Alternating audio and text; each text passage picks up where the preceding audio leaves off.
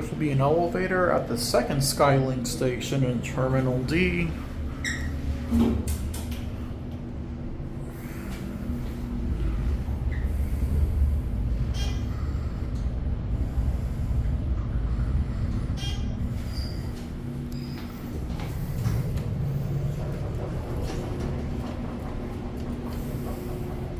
I will say this airport's super busy.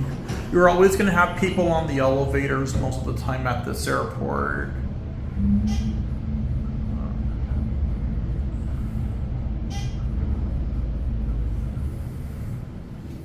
Get off at 6.